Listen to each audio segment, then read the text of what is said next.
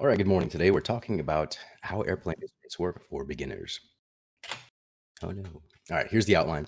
We'll start with an introduction. We'll cover the six-pack of instruments, including the pedostatic system, the air data computer, gyroscopic systems, the compass, AHRS, HSI, and RMI, navigational equipment, including the VOR, DME, ILS, ADF, GPS, anti-icing equipment, next steps, and we'll have a Q&A at the end. If you have any questions throughout the presentation, feel free to ask. If I go too fast, let me know. I know I tend to speak very quickly. Okay, so introduction. Who am I? My name is Mozzie. I'm a flight instructor. Founded Emerald Squadron Aviation. I am working on building a flight school. Former Airborne Ranger. I deployed twice with ACO 275, and now my whole passion is teaching people how to fly.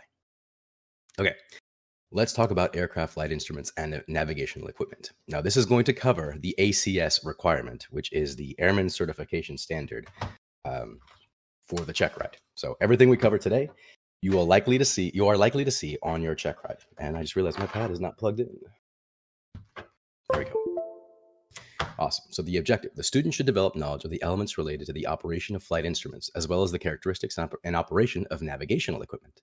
Now, the key elements I want you to take away from this are the three things here: pedostatic errors, and we'll talk about what those are in a bit, compass corrections, and VOR navigation. We're going to get into those three pretty heavily.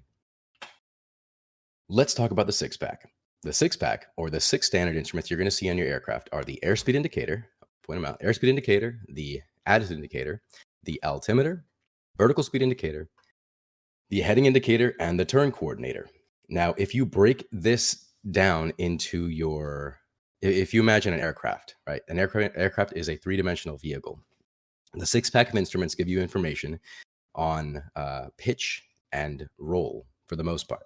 The three main instruments we care about are pitch, bank, and power instruments. And today we're going to be covering pitch and bank instruments. Now, the instruments can be divided by the principles that they operate under. And there's the pedostatic system and the gyroscopic system. I'm going to use a different color here. The pedostatic system operates under air pressure, or principles of air pressure. And the gyroscopic instruments operate on the principles of a gyroscope. And we'll cover each of those here in a bit. Okay, so the pedostatic system. Like I said before, the pedostatic system operates mostly on air pressure. Now, all three instruments, the airspeed indicator, the vertical speed indicator, and the altimeter, take static air or ambient air from around the aircraft through the static port. Now, the altimeter will tell you your altitude. The vertical speed indicator will tell you your vertical speed, or how fast you are climbing or descending.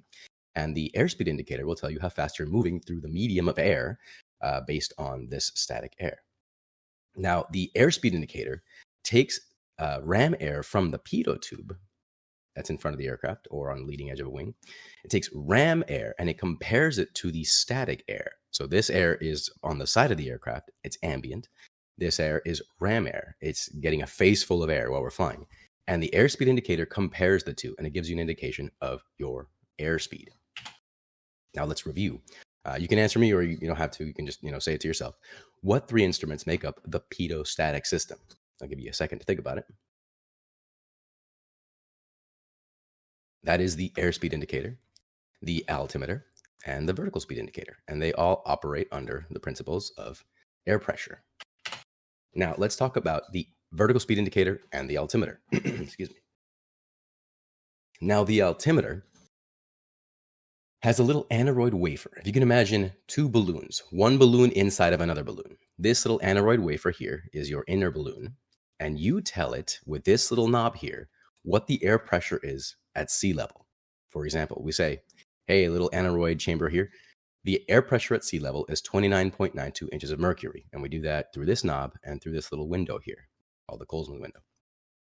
Now we set the air pressure inside the little balloon, and the static port, which is on the side of the airplane, takes ambient air and puts it into this chamber, the outside balloon, right? Inner balloon, outside balloon. And now the changing air pressure will expand or compress the inner balloon, and this expansion or compression will drive these little gears, and it'll give you an indication of your altitude. And it's read similar to a clock. You've got a small hand and a big hand, thousands of feet, hundreds of feet, and then there's an even smaller one here, this guy right here, is hundreds of thousands of feet. So it'll, or 10,000 feet. So here we're at 6,500 feet. That's how it's read. So again, air pressure, the differential or the different air pressure inside and outside is what drives this mechanism. Now, what the heck is an aneroid? I was like, oh, an aneroid wafer. What is that? And I Googled it. It's relating to or denoting a barometer that measures air pressure by the action of the air deforming the plastic lid or the elastic lid of an evacuated box or chamber. So it's literally just has to do with air pressure and changing air pressure. So I thought that was interesting. Now, the vertical speed indicator, different from the altimeter, but very similar in how it works. You still have those two balloons or those two chambers, the inner chamber here and the outer chamber here. Now, here, the inner chamber takes direct air from the static port into this chamber. And in the outside chamber, there is the calibrated leak. So when the two air pressures are similar and they're stabilized, the vertical speed indicator will tell you that you are not climbing. As you climb, the static air will come into this diaphragm here and expand or contract depending on your vertical speed, whether you're climbing or descending. And it will drive these gears and give you an indication of your vertical speed. And it's, again, all based on differential pressure. While it's moving, while you're changing altitude, this chamber will either draw air in or let air escape, depending on what it needs. And it will eventually settle down, or it will equalize. Once the two are equalized, when you've leveled off, the vertical speed indicator will indicate 0 rate of climb. I think it's pretty toughy. Now, some of the errors. If it gets too cold or too hot, the altimeter will indicate, it will give you some erroneous readings. The big ones, though, if you don't set your altimeter correctly, it will tell you a false indication. It will not tell you your accurate altitude.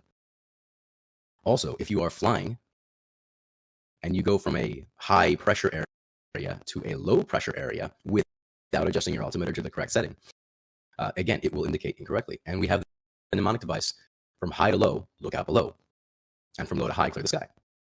So if we're going from a high pressure area to a low pressure area without adjusting the altimeter, from high to low, look out below.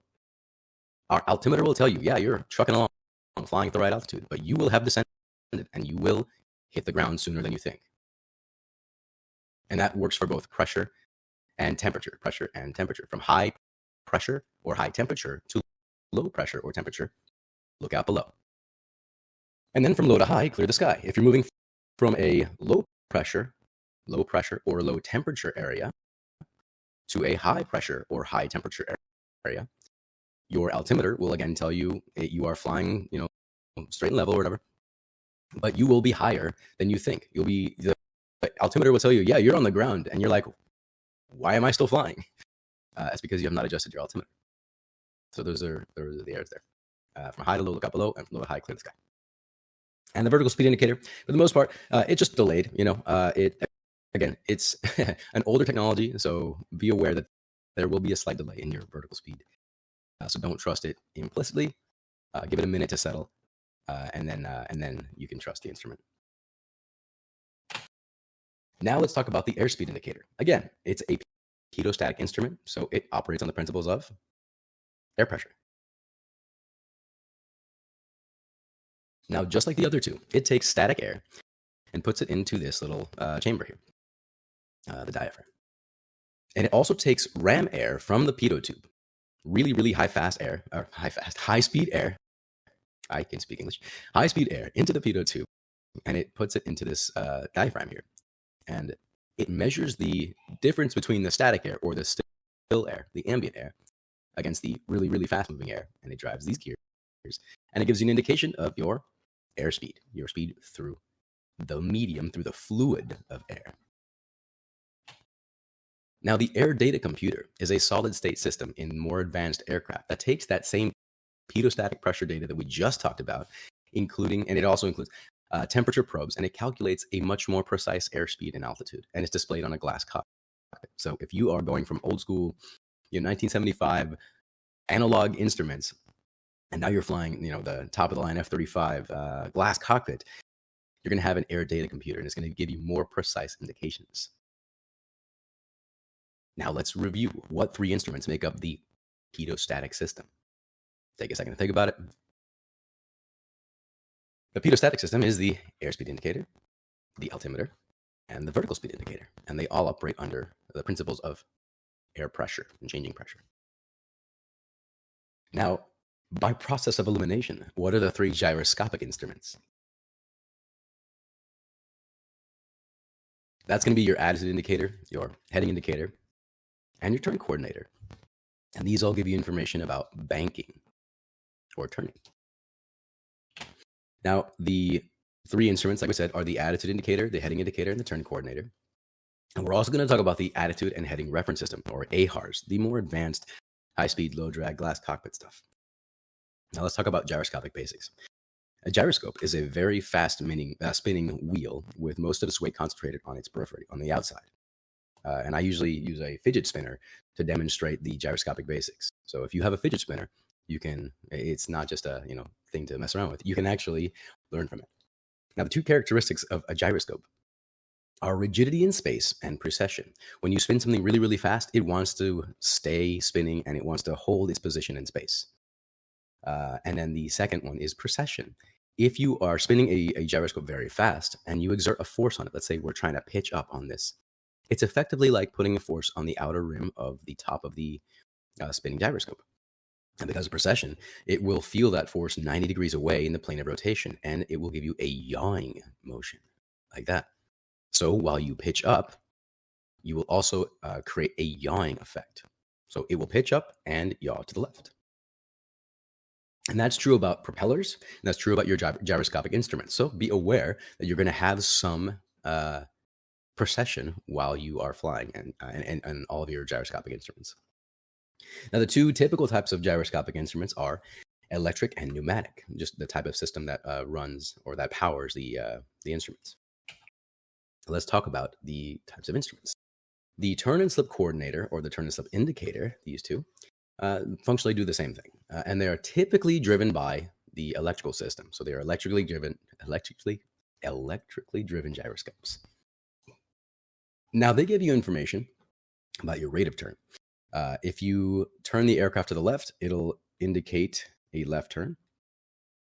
It'll indicate a right turn if you turn to the right.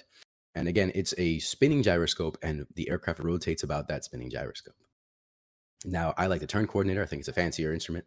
It's got a little airplane here, and they also both give you indications of a standard rate turn. So if you were to turn and stop the turn so that the needle ends up on one of these little lines, that is a standard rate turn, which means you are turning 3 degrees every second, or a full 360-degree turn in 2 minutes. Yeah. And then you've also got your ball, your inclinometer. Basically, it tells you if you are coordinated. If this ball escapes on either of these, then you want to step on it with your rudder pedals. That tells you whether you are coordinated. Now, the attitude indicator is a pneumatic or typically a vacuum-driven instrument, as well as the horizontal situation or the heading indicator. These both are vacuum-driven instruments. Now, let's talk about the attitude indicator. Actually, let's go. Yeah, this is fine.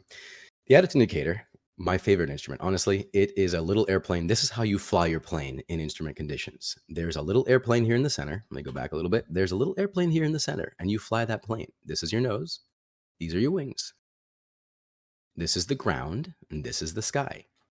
If you go back to your old Super Nintendo days, if you're playing like SNES or even old school, like NES games, like 8-bit games, you could play a flight simulator like this. It's just a little airplane and you are flying. Right now we are straight and level. Now, as we fly the plane, let's say we want to execute a climb. We pull back on the yoke, we pitch up, and we put our nose above the horizon. And this airplane is climbing. We want to descend, you can pitch down and you will descend. You want to go back to straight and level, put your nose on the horizon, wings level, and you fly the plane. You literally fly the plane with this instrument. This is my favorite instrument. You want to do a right turn, you keep your nose on the horizon, bank your wings until they are at the appropriate angle, and you've got an angle indicator here. That's a 30-degree bank. Here are your angles, by the way. right? If you want to go back to level, wings level, nose on the horizon, fly to the left, nose on the horizon, wings to the left. You want to climb while you're in a turn, wings level, or correction, wings to the left, nose up. There, you're in a climbing left bank. You want to go back to wings level, but you want to keep your climb, roll wings level, nose high on the horizon, nose above the horizon. Want to go to the right, wings to the right. I love this instrument. It's literally how you fly your plane in instrument conditions. If you don't overcomplicate things, your airplane is right here. This is how you fly. Right? Okay. Moving on. Now, the turn coordinator. This tells you information about your rate of turn and the quality of the turn if you are coordinated. You want to see this. This is the right way to fly this instrument. If you're turning to the right, your wings are on the standard rate turn, little box or a little indicator thing here, and you are coordinated. If you see this, you and your passengers will feel like you're being pulled out of the aircraft in the opposite direction of your turn, and it will be a skidding turn. And if you are to the right and your ball does this, you will feel like you're being pushed to the inside of the turn, and it's a slipping turn. So step on the ball, fly coordinated, fly comfortable. Questions so far? No? Cool. Now we're looking on time. Ooh, 15 minutes in already. Let's talk about the attitude and heading reference system. Now, the AHRS replaces your standard gyros, your old school, 18th century technology, and replaces it with standard state or solid state systems. Your rate gyros, magnetometers, and satellite to give you more accurate indications of your pitch, bank, your position in space. Much more high-speed system. It is the 21st century. This is how to fly. This is the way to fly, right? Now let's talk about the RMI and the HSI. The RMI is a remote magnetic indicator, and it's a bearing indicator overlaid on a heading indicator, and is essentially a more high-speed compass. It operates on the idea that you have a magnetic field will generate an electrical current, and an electrical current will generate a magnetic field. So there are 3 electromagnets located remotely, not inside the cockpit or inside the cabin, either on the tail or on the wing, and they sense the changing magnetic lines of flux around the planet, and they align with your magnetic, the planet's magnetic lines, and it gives you a much more precise indication of your heading. And that's called a flux valve. I always think of it as the flux capacitor. It looks like the flux capacitor, right? But it's a flux valve. Now here, the instrument will also include an ADF needle or automatic direction finder and a VOR or very high frequency omnidirectional range needle. And we'll explain what those mean here in a minute. Now the HSI also has a flux valve, and it's slaved to the instrument. So it gives you a much more precise reading of your heading. It also gives you information about navigation through the CDI or the course deviation indicator. And it also gives you information on your glide slope. It'll tell you if you are on, above, or below glide slope when you're coming into land. Much more high-speed instrument. It's not as cool as the glass cockpit instruments, but it is a vast step up from the old school gyroscopic heading indicator.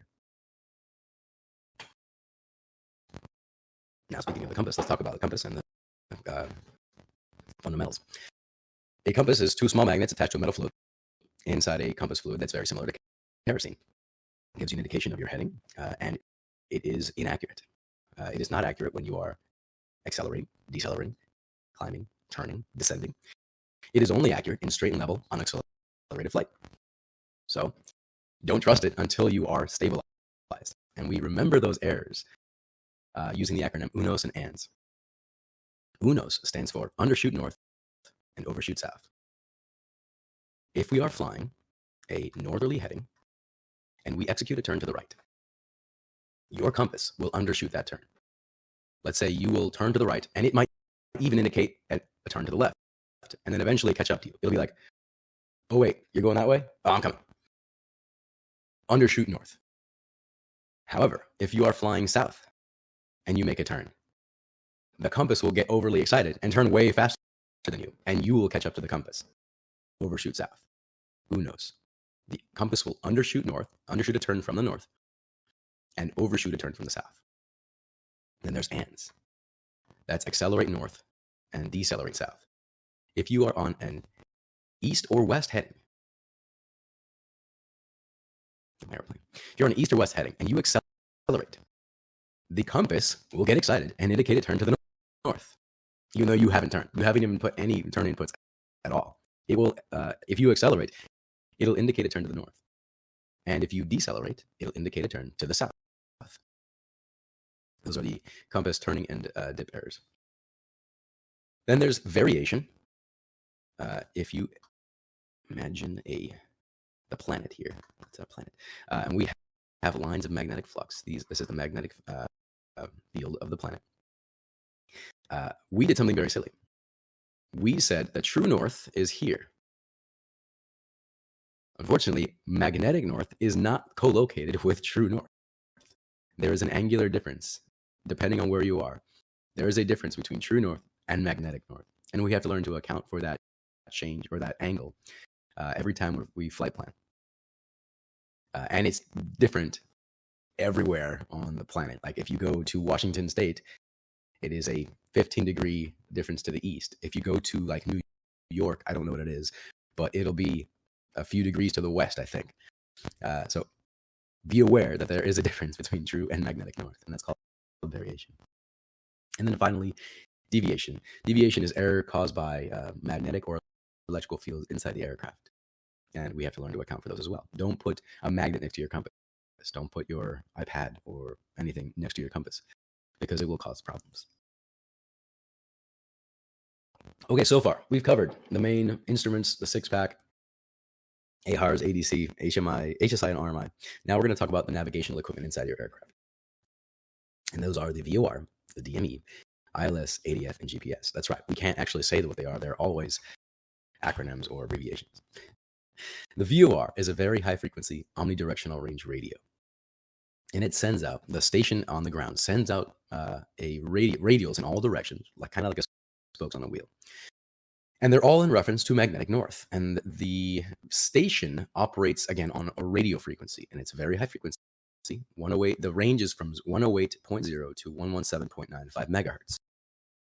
And they are restricted to line of sight. So if you are obscured, that's a mountain, right? If the station is here and you're over here and you can't see the station, if your airplane can't see the station or can't receive the signal, you're not going to get an accurate reading. You won't get a good reading at all. Also, because the Earth is a sphere for my flat earthers, if you are beyond line of sight because of the planet's curvature, you will not receive an accurate signal either. Okay, so line of sight, that's your restriction for VOR. There are three types. There's the standard VOR, there's the VOR DME, which gives you distance measuring equipment, and then there's the VORTAC, which is a military tactical air navigation, which also includes DME. Again, that's distance measuring equipment. Now let's talk about the VOR. I love VORs. It's the poor man's GPS. So the VOR sends out radials in all directions. That's the omnidirectional part of the abbreviation. What we do is we locate on our chart the frequency for the VOR. In this case, the frequency is 110.6, and it's always coupled with a Morse code identifier. So we tune to the frequency, we turn up the nav radio, and we listen for that Morse code. ... dash ... dash. If we hear it, great. That means the station is active. If we don't hear it, we're out of luck. We have to use some other form of navigation. Now, we go to our VOR indicator, which looks very much like a compass or a heading indicator, but it's not. We rotate that OBS knob, the OBS thingy here, and that's going to rotate this outer card. It does not care what direction you're pointing in. You change this heading card, and you select a to or a from indication, depending on what you want to do. If you want to go to the station, select a to indication. If you want to fly away from it, select a from indication. Pretty easy. Once you've got the indication you want, you turn it until this needle is centered. This needle will swing left and right until you tell it to stop, and you tell it, I want it centered. In this case, the VOR indicator is telling us that if we wanted to fly to this station, we would need to fly from our current position a heading of 030. Now, that tells me that we need to fly in this direction. we are somewhere on this line. It doesn't tell us how far we are, but it does tell us that if we were to point our nose 030, we will fly direct to the station.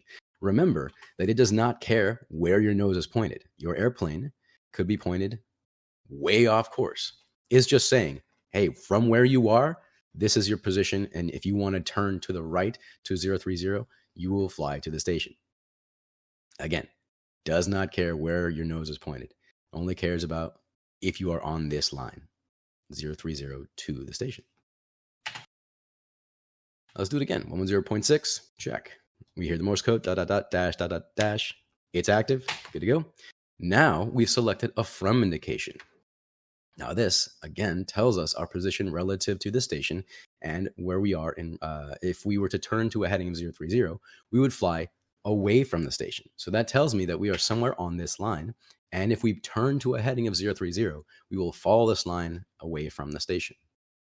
Again, does not care where your nose is pointed. You could be pointing this way. And it will still indicate the same thing. So it is up to you to dial in this heading and then turn to that heading with your aircraft, with your inputs. Let's do it again. 110.6, Morse code's active. Now we have indication of 2, and we are the airplane here in the center. If we turn to a heading of 210, we would fly to the station, but we are not on the course. So 210 is the course we've selected. And if we turn to that heading of 210, it's telling us that we are to the right of course, and we need to make a left turn to get back onto the course. So if ATC is like, fly a 210 course to the VOR, you need to dial that in, and then you need to make a turn and then get back onto the course. And then that needle will swing to the center and tell you that you're on it. But right now it's telling us we are not on it. We are to the right of it. Let's do it again. And again, with a 2 indication, 2102, we are here in the center. This white line represents this yellow line, and we are to the left. We need to make a right turn to get onto the course to follow that. With me so far? If not, let me know. Now, for VORs to be legal to be used in IFR flight, we need to check them every 30 days. We can go to a VOT or a VOR testing facility, and there are also airborne or ground checkpoints, and we can test the VOR to make sure that it is accurate. And this needs to be tested every 30 days. When we're on the ground and we test it, it needs to be plus or minus 4 degrees of the radial that you've selected, or plus or minus 6 degrees in the air if you're flying and you're doing an airborne check. You can also do a dual VOR check if you have 2 VORs. You can test them against each other. And here are the ranges for the old school legacy ones and the new service ones.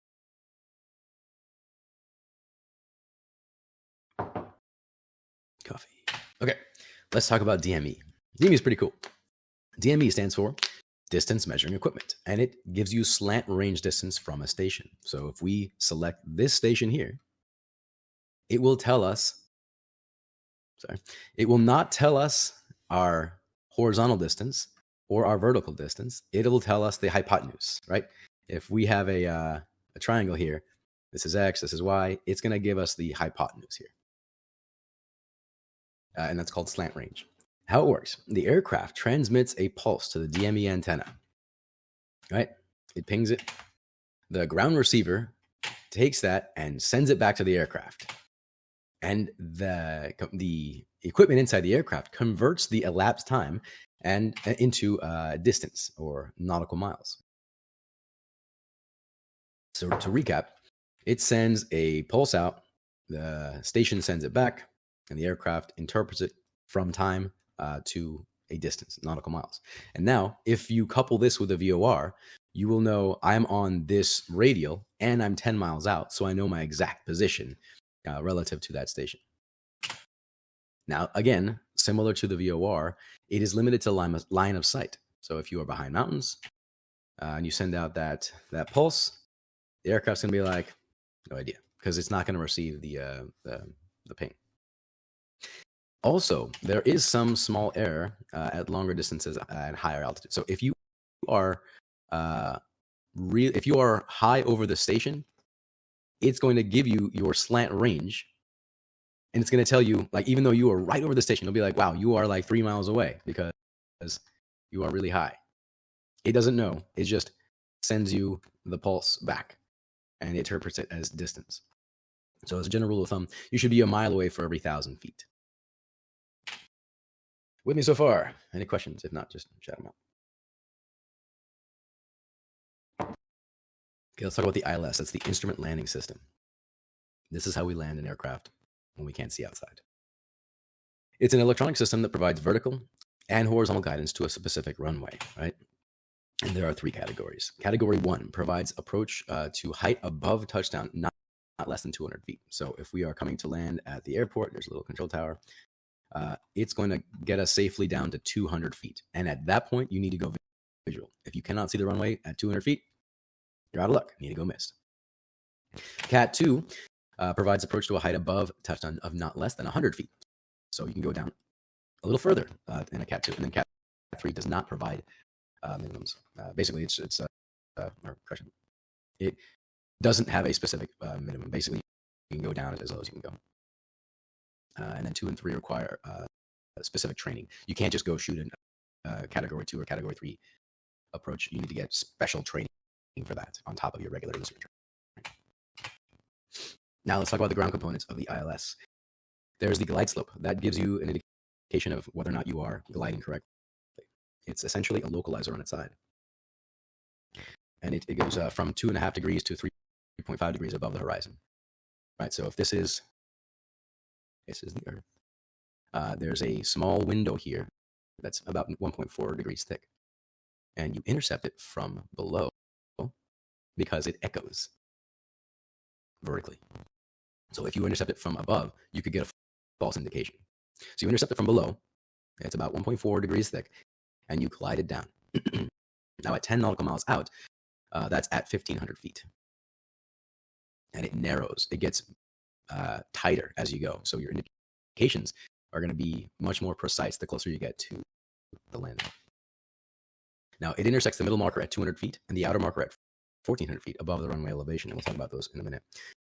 And only radiates a signal in the direction of the final approach or the front course. So here, the localizer sends out that like cone, and you ride it in. Right? The localizer, so the glide slope provides vertical guidance. The localizer provides horizontal guidance. So if you can imagine, you're shooting the approach, and you're basically following this cone that gets smaller and smaller as you get down to the runway. And the localizer is what provides the horizontal guidance. It goes out to 18 nautical miles and 4,500 feet above the antenna, and it's narrow, much more narrow than a VOR, of course. And the full scale deflection shows 2.5 degrees on either side of the center line. So if you are looking at your horizontal situation indicator, it's much more tight tolerances than like a regular VOR. And the frequency range is from 108.1 to 111.95. Now, there are typically two outer beacons that give you your position along the approach course. Excuse me. Now, the point of them is to give you range information, and they're fan-shaped. They send out a vertical fan for you to hit. So as you're flying and you're on glide slope, you fly through that fan, and it's going to give you an auditory and a visual indication on your panel. It's gonna blink really, really fast. It's gonna blink faster and faster as you get closer to the landing. And the outer marker is 4 to 7 miles out. That's where you enter the glide path. The middle marker is 3,500 feet from the threshold, and it's 200 feet above. Right. And the third one for a category 2 or 3 will be the decision height the inner marker will be the decision height. There's also the compass locator. This is a lower powered non-directional beacon received by your automatic direction finding equipment, and it's co-located with outer and middle markers. Let's talk about the lights when you're coming into land. Different airports will have different lighting systems, different lighting schemes, and it's up to you to be familiar with which one you're going to. When you look at an approach light, and we will later on, it's going to tell you, this airport has a MALSF, and that's this type of lighting system. Or this airport has an ALSF 2, and that's what that looks like. So you can kind of get an idea of what the approach lighting system will be when you come into land. Also, there is a glide slope indicator. You should remember this from your private pilot days. Red, you're dead. 2 red or 4 red on a PAPI indicate that you are below glide slope. A balanced indication, 2 white and 2 red, you are on glide path, and then all white, you will fly all night. You are above glide slope. Yeah, approach lights, visual, yep. Yeah, cool. Let's talk about ADF, or automatic direction finding. Now, this takes information from a non-directional beacon. So the VOR sends out a specific radios. This one is a non-directional beacon, and it's paired with your automatic direction finder. Now, your indicator will point to the station always, and it gives you your relative bearing to that station. You just follow that needle to the station. Now, your magnetic heading, where you are flying, plus your relative bearing, the needle pointing to the station, is your magnetic bearing to that station. So your nose is pointed, your magnetic heading, and the needle points to the station.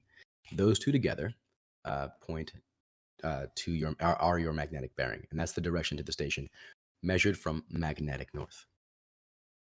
The components are, there are 2 antennas, a receiver and an indicator. There's the sense antenna, which is non-directional and receives equally in all directions. And then there's the loop antenna, which is bidirectional, and it gets it's a better from 2 directions. And together they give you an indication of where the station is. And here are the 3 types of ADF indicators.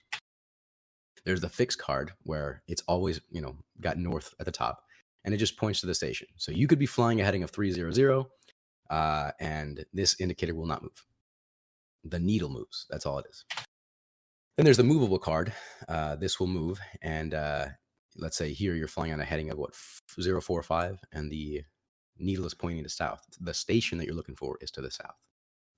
And then there's the remote magnetic indicator, like we talked about before. It also has a VOR needle. Both of these, this one points to the station. This one points to the radial, and it points, the tail of the needle points to the station. Okay, let's talk about GPS. GPS is a global positioning system, and it's satellite-based. It also includes WAS, which is the Wide Area Augmentation System, and the Local Area Augmentation System, or LAS. The space-based system has a constellation of 24 satellites, and you typically have 5 in view. There are also master control stations and ground antennas that supplement the data and give you a much more precise indication of your position. Then there's the user, of course, you and your receiver. So to use the GPS system, you need to have 4 satellites for a 3-dimensional picture. You need an additional satellite to calculate RAIM, which is Receiver Autonomous Integrity Monitoring. Basically, this is a function of your GPS unit that says, hey, is this signal good enough to trust? And if you don't have 5 satellites, you can't trust it, unfortunately. You want to be very careful flying a GPS unit when you don't have the appropriate number of satellites, because your position could be compromised.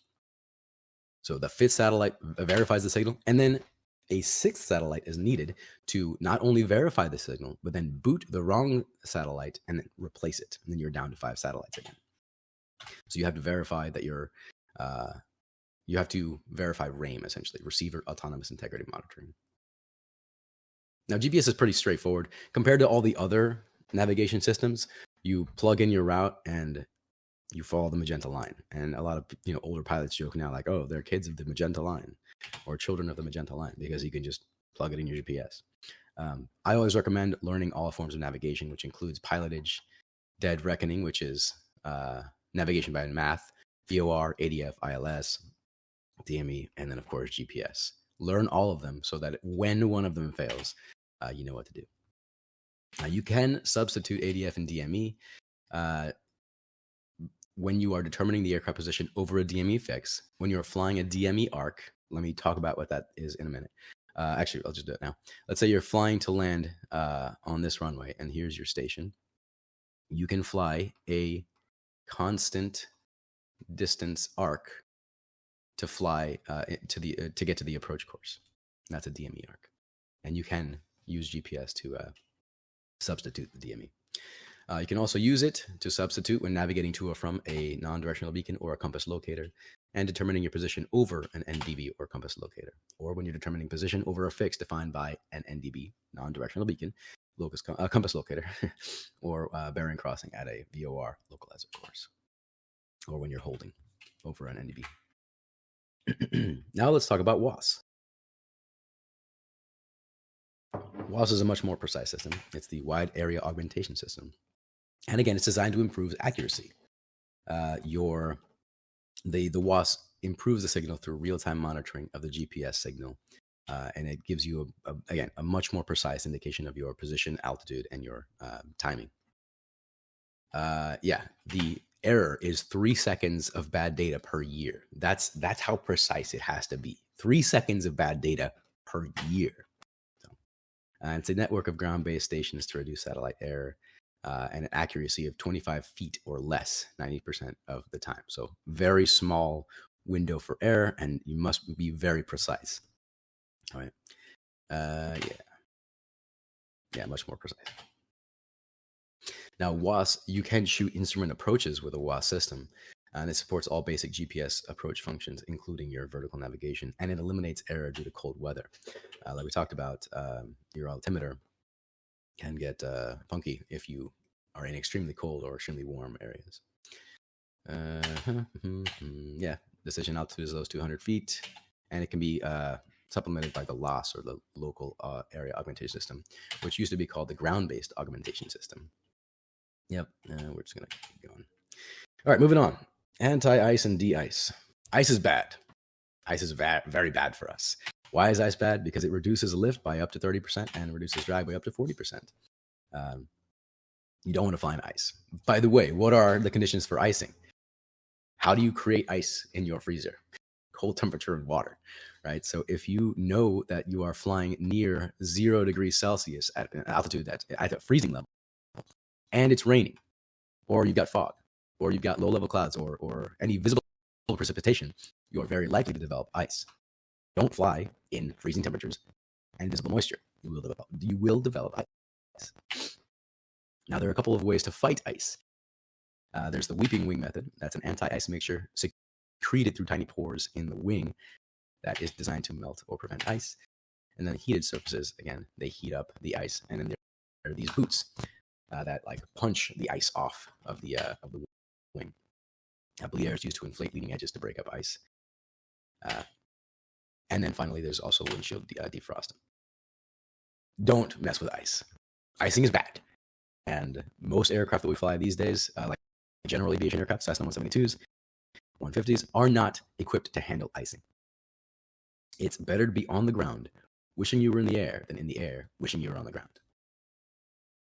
All right, to recap, we covered the 6-pack ADC, the Air Data Computer, the AHRS, Attitude Heading Reference System, HSI RMI, navigational equipment, the VOR DME ILS, GPS, and ADF. We covered anti-ice and de-icing equipment. And now we're here. Hope you had a good time. Next steps, I would go to the website and quiz yourself. If you're taking the instrument course, there's a quiz I created for today's step. Quiz yourself. Let me know how you did. If you want to fly with me, you can also book a flight through the booking section on the website.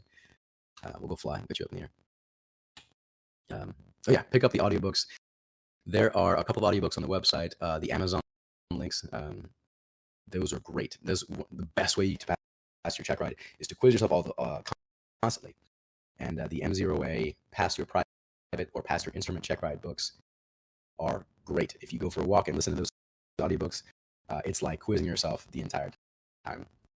I recommend you get them. That's how I passed all my check rides, using the Pass Your Instrument or Pass Your Private Pilot Check Ride audiobooks from M0A, and the links are on the website. Also, get your pilot supplies there. If you use those links, it does support me and what I do, and keeps me in business so that I can provide free ground for you guys. All right, questions. I appreciate you listening to me. Do you have any questions at all regarding aviation or instrument flying? General life questions. Let's see. I have one. Send it. Okay, yeah. Let's see. I'm wondering if all the FAA check rides and all the testing material, learning material, all that stuff, is it still mostly based on the vintage six-pack system? There are a combination of the old school analog, like 16th century equipment, and the new stuff, G1000 and newer glass cockpit. Yeah. Okay, so they're using both. Yeah, they're still using both. If you are so, aircraft are from like the 20s are still flying. So the FAA expects you to be able to use all the equipment inside of an airplane, even though it's ancient, and most of the time we're flying GPS or ILS approaches. You still gotta know how to use an ADF and a non-directional beacon, stuff like that. Also, it's cool. Honestly, I like the old school stuff, like calculating your route by hand, using an old school like flight slide rule to figure things out. It kind of brings me back to my roots, like old World War II fighter pilots and bomber pilots. You know what I mean? Then again, I'm a giant nerd. So. Yeah. It reminds me of the time when you were teaching a lesson one time, you were going over the E6B. Mm-hmm. Yeah, the E6B, and you're still expected to know how to use that, because that's the standard. Yeah, I mean, what if there's a GPS failure, or your system goes down? You have to be able to navigate using the old methods, paper charts, slide rule, star navigation. Pull out your sextant. I think it's not that easy to use the sextant nowadays because that domed window that some airplanes had for sextants is no longer there. Yeah, I'm joking. I've never used a sextant before. I have no idea how to use one. But yeah. But to answer your question, yeah, the FAA does expect you to know how to use all of the equipment that we talked about. Okay. Too bad the driving tests, when people learn how to drive, they don't ask you to look through all the old stuff like the manual transmission. That's true. Yeah, but becoming a pilot, people think it's analogous to learning how to drive. It's really not. I like to think of it as a whole degree. Your private pilot is your freshman year. Your instrument pilot rating is your sophomore year. Commercial pilot is your junior year. CFI is your senior year. And then you can start getting to work and learning. You know what I mean? So. Okay, yeah. But I think CFI and commercial pilots should be swapped because most people, they become a CFI in order to get the hours to become a commercial pilot. Yeah.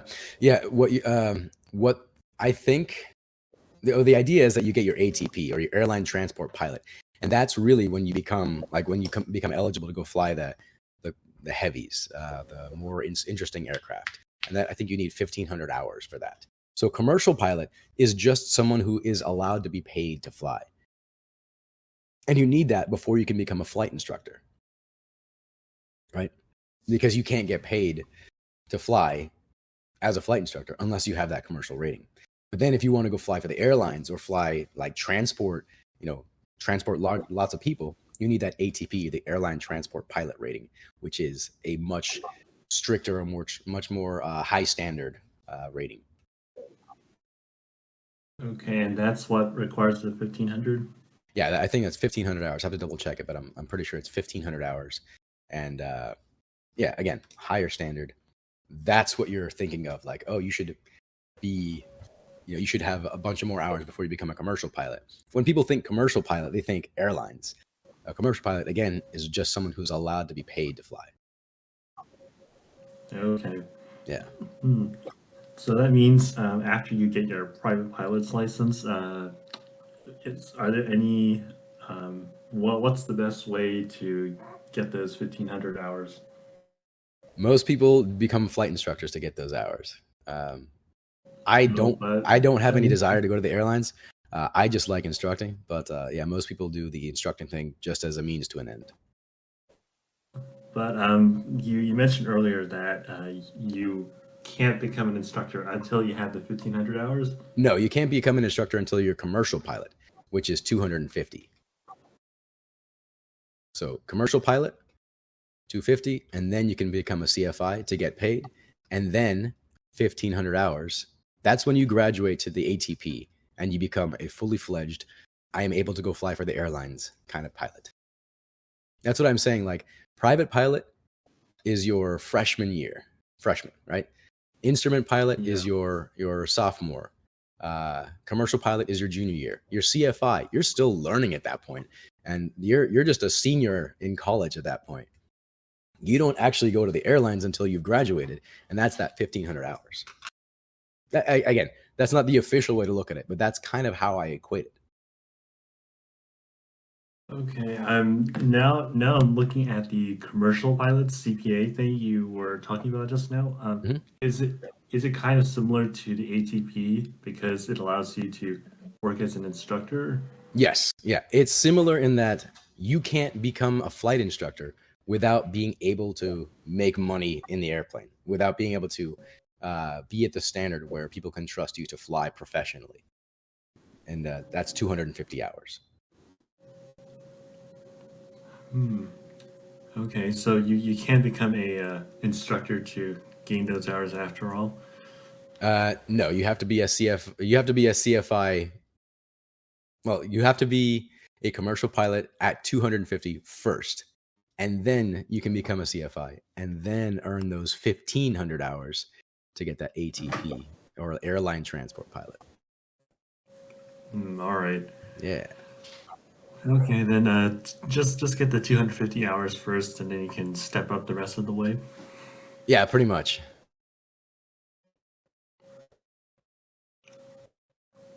All right, interesting. Yeah. Yeah, thanks for asking the question. Any other questions? Let's see. That was the big one I had.